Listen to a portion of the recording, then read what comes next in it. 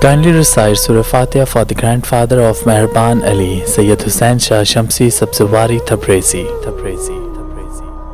ایک شخص حضرت امام علی علیہ السلام کی خدمت میں آیا اور عرض کرنے لگا، یا علی، میرا ایک کھجور کا باغ ہے، اس میں 200 درخت ہیں، میں خود محنت کرتا ہوں، دن رات ایک کر کے کماتا ہوں، لیکن جب اس کا فائدہ ہوتا ہے تو اس کا 40واں حصہ مجھے غریبوں کو دینا پڑتا ہے، کیوں میں زکوٰۃ نکالوں؟ جب زمین میری، درخت میرے، محنت میری، تو اس میں کسی اور کا حصہ کیسے؟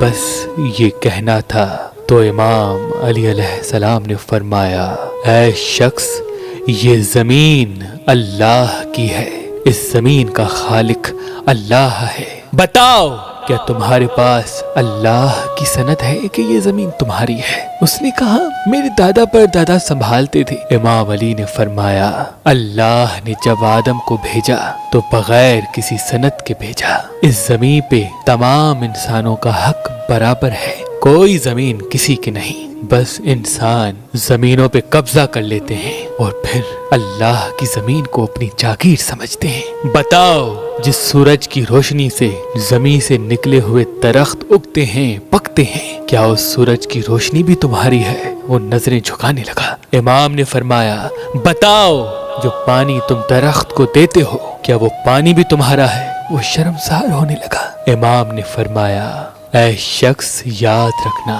تم صرف اللہ کی زمین، پانی اور گرمی کے وسیلے سے محنت کر کے ایک نوکر کی حیثیت سے اپنا رزق طلب کرتے ہو، یہ تمہاری جاگیر نہیں، یہ اللہ کی جاگیر ہے۔ جیسے ایک انسان کسی دوسرے انسان کی چیز پہ محنت کرے تو جو اس کا فائدہ ہوگا، جس کی وہ چیز تھی، کیا اس فائدے میں اس کا حصہ نہیں ہوگا؟ وہ دست ادب کو جوڑ کے عرض کرنے لگا، ہاں یا علی، ضرور ہوگا۔